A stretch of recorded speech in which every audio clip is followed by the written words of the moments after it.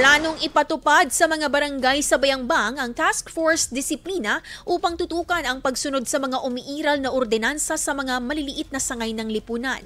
Malaking bahagi ang gagampanan ng pagtaniman ng mga rural areas sa bayan sa kabuuang pag-arangkada ng Task Force sa mga mas malalaking lugar upang tuluyang maselyuhan ang disiplina ng publiko.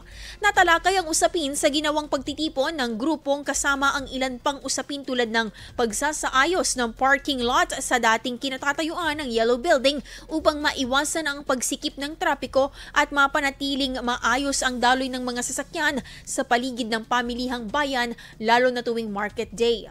Kabilang din ang pagpapatibay ng merit system para sa lahat ng vendors at sellers maging ang pagsasapinal ng proseso sa pag-issue ng business permit upang matiyak na ang mga negosyante ay sumusunod sa itinakdang alituntunin at upang mas maging mabisa ang regulasyon sa pamilihan.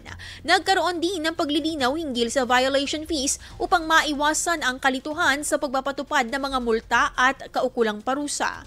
Ang mga usapin ay pawang mga hakbang upang mapanatili ang kaayusan sa pang-araw-araw na operasyon sa lahat ng pampublikong lugar.